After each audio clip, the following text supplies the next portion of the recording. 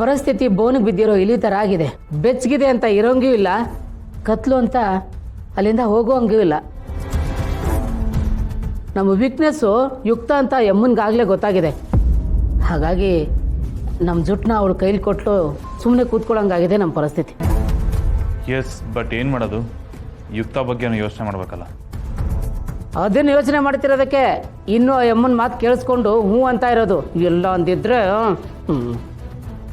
ಇಲ್ಲ ಅಂದಿದ್ರೆ ಏನು ಸರ್? ಇದು ಕೇವಲ ಒಂದು ಹುಡುಗಿ ಜೀವನದ ಪ್ರಶ್ನೆ ಅಷ್ಟೇ ಅಲ್ಲ. ಒಂದು ಪ್ರೀತಿ, 2 ಹೃದಯ, 2 ಕುಟುಂಬಗಳ ಪ್ರಶ್ನೆ. ಇದನ್ನ ನಾವು ತುಂಬ ಸ್ಮೂತಾಗಿ ಡೀಲ್ ಮಾಡಬೇಕು. ಅವಸರ ಬಿದ್ದರೆ ನಮಗೆ ಲಾಸು. ನಮ್ಮ ಮುಂದೆ ಇರೋ ಟಾರ್ಗೆಟ್ ಇವಾಗ ಒಂದೇ. ಯುಕ್ತನ ಖುಷಿಯಾಗಿ ಗಂಡನ ಮನೆ ಕಳಿಸ್ಬೇಕು. ಅಲ್ಲಿ ಅವಳು ನೆಮ್ಮದಿಯಾಗಿರ್ಬೇಕು.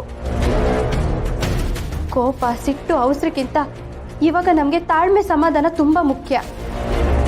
ಕರೆಕ್ಟಮ್ಮ, ನೀನು ಹೇಳ್ತಿರೋದು ಸರಿ ಅನ್ನಿಸ್ತಾ ಇದೆ.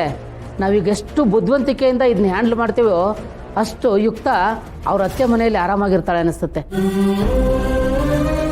ಈಗ ಹೇಗಿದ್ರು ಮನೆ ತುಂಬಿಸ್ಕೊತೀನಿ ಅಂತ ಹೇಳಿದಾಳಲ್ಲ, ಟೆನ್ಷನ್ ಆಗ್ಬಿಡು.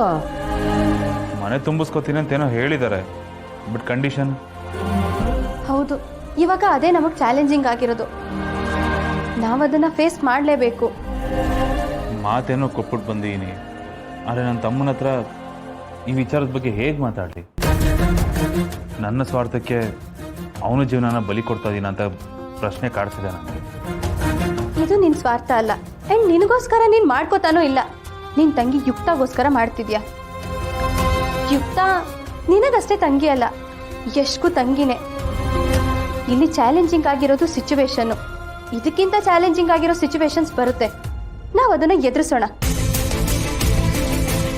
ಏನು ಕೆಟ್ಟದಾಗಲ್ಲ ಅನ್ನೋ ನಂಬಿಕೆ ನನಗಿದೆ. ಸರಿ, ಯಶ್ ಹತ್ರ ಇವತ್ತು ಮಾತಾಡ್ತೀನಿ.